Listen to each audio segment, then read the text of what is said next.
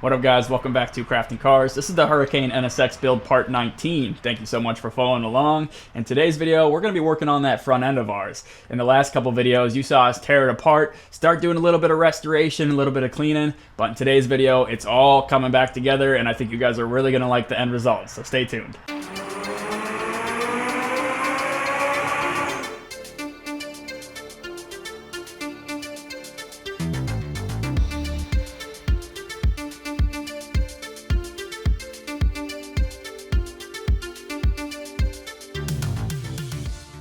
It is Tuesday, October 7th. We've got some small repairs to do. For example, we got some seam sealer that's failing, and we've got some exposed metal we got to take care of.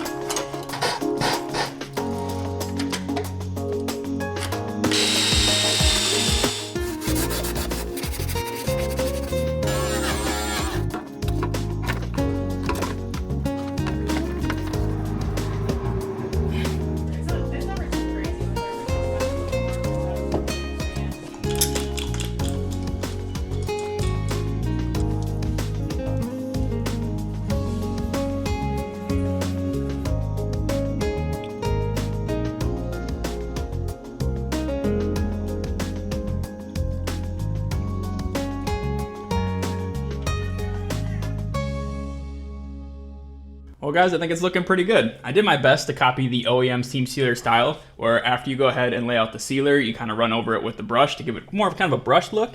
And I was surprised the white seam sealer I got matched the factory seam sealer really, really well. You can really not even tell which parts I did and which parts the factory did. So it's kind of cool. You only have to wait 30 minutes before you can paint over the seam sealer. I don't think I'll do any painting on the passenger or the driver's side, but I do want to paint this back wall since I scuffed it up and I kind of burned through in a couple spots. And of course I want to cover up this big metal patch right here.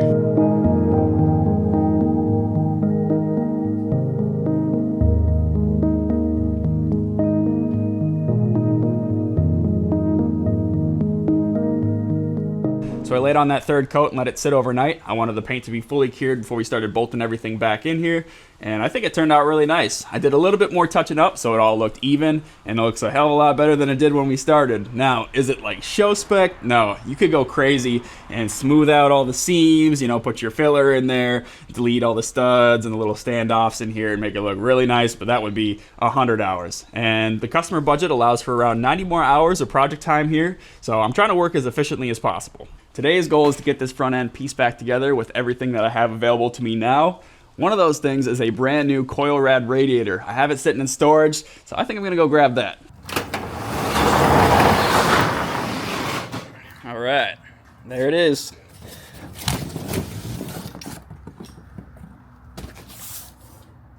I try to keep it organized in here, but it can get kind of crazy sometimes.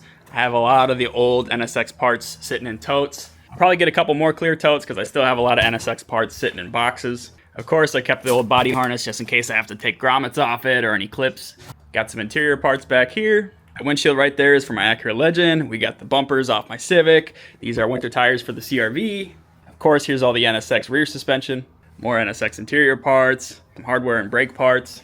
Here's that old NSX muffler. Then we got a bunch of aftermarket parts in here supplied by the customer. We got seat rails, a quick release steering wheel. We got our K-swap axles. Here's the old radiator. This radiator is for my Acura Legend. Shout out Winter Heart Manufacturing. Here we go. I was looking for this. This is a new but used OEM radiator fan for our NSX. The one on our flood vehicle did not want to spin very well, and when I finally got it spinning, it did not sound good. Let's see what else I got in here. We got old suspension off the NSX. Then over here we have a whole fully loaded front subframe off a Mazda Miata NB. And underneath the muffler here, we have the whole fully loaded rear subframe, complete with diff, axles, and everything. And then we have a J35A8. That, along with the Miata subframes, are all going in the Civic one day. That is one of my main business goals, is to make enough money with this business where I can afford to modify my own cars again. like I could 5 years ago before everything quadrupled in price. I tell you what, guys, that's another big reason why I quit my job, because towards the end there, I'd be working 40 plus hours a week, and I couldn't afford what made me happy on the weekends, which was working on my Civic, you know, doing activities with friends. So I noticed after I switched over to my new current job, which is modifying cars all the time, money, of course, starting out as an entrepreneur, is a lot tighter, and that is an understatement. It doesn't matter to me, because at the end of the week, I don't need anything extra. I don't need to work on my Civic. I don't need to do anything really, because the work week alone is fulfilling enough for me. Everything else is just extra on top of that. So I'd say making the switch is probably the best decision I've ever made in my entire life, besides marrying my wife. They're so light. Damn. I mean, look at that. Pretty sweet. Very high quality unit here.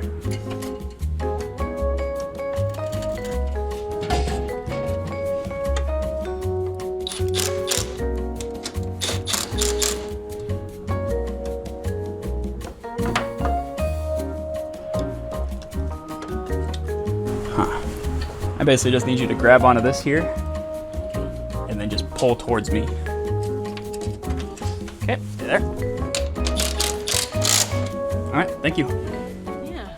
So it's a tight fit. You saw I needed an extra set of hands. I need to massage this bracket a little bit, but it looks really good in here.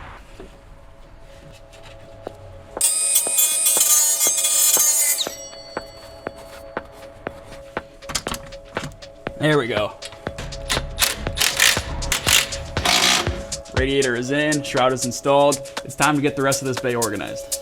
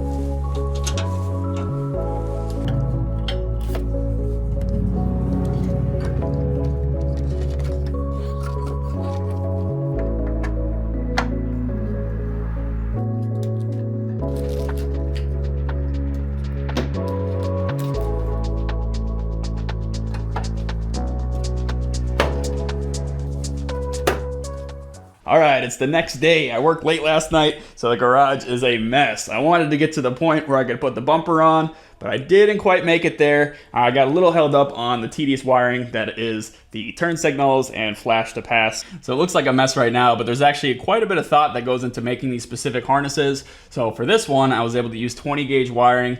Reason being is this is an extremely low amp circuit, and retrofitting the lights with LEDs lowers that amperage even more. So we're probably only messing with maybe 1.5 amps tops here. The small gauge wiring also allows a lot more flexibility, so I don't have to worry about the headlight getting caught on the wires and pinching them and wrecking my harness here.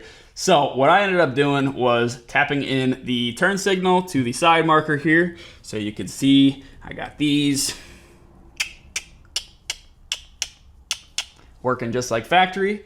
And then the parking light here, I turned that into a flash to pass light. So you'll see this on a lot of old sports cars. I know my Dodge Stealth has it. A lot of like old MGs have it, Porsches and stuff, where if you're on the track and you have your pop-up headlights down, you have no way of flashing your flash to pass lights to let somebody know, hey, I'm trying to get around you.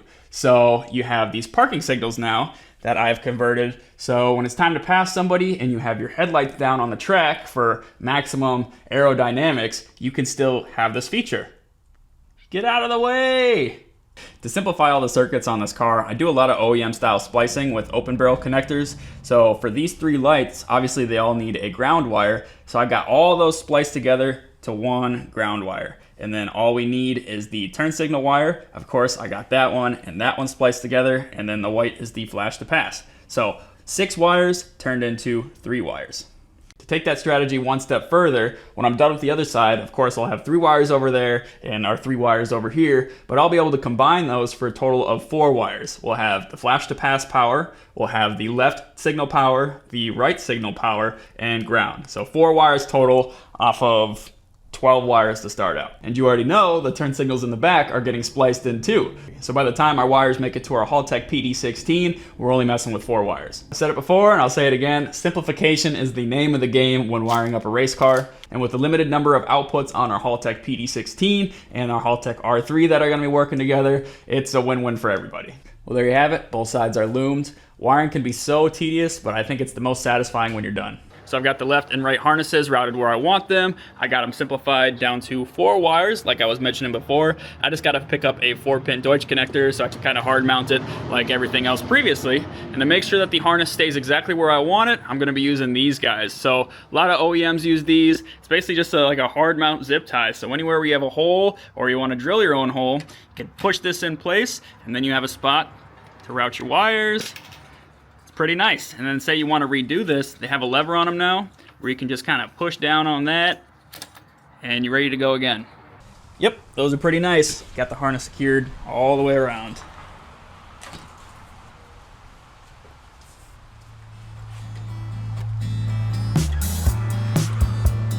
I think it's finally time to put the bumper back on.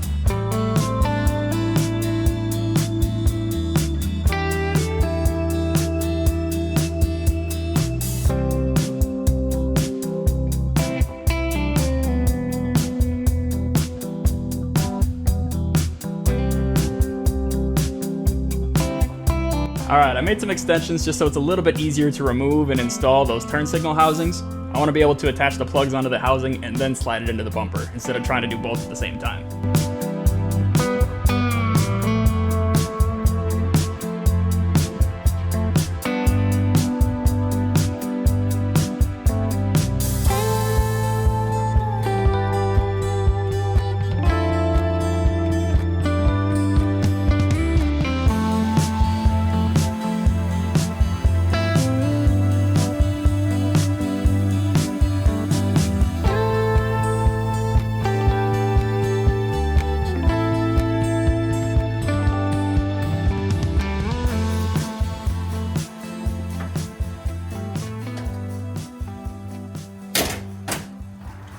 And there you have it. How cool is that? What a night. I'm glad we got that bumper on so we were able to see what it looked like with the lights on when it was dark outside. That was awesome. I spent this morning spending a little bit more time getting all the rest of the fasteners installed because there is a bunch of them. We will not be putting the license plate trim back on or the fog light brackets because I don't think the customer is going to be running a front plate or OEM style fog lights on this car anytime soon. I did, however, spend some time polishing up the front bumper, making it look really nice. Check that out. Oh, it's so nice. And all the details that we spent some time on really paid off. The headlight housings look sweet. If you look through the bumper, you can see the KOYORAD Radiator. I got the battery plopped in there. I'm working on a battery hold down bracket right now. I might just sandblast and powder coat the old one. We will see.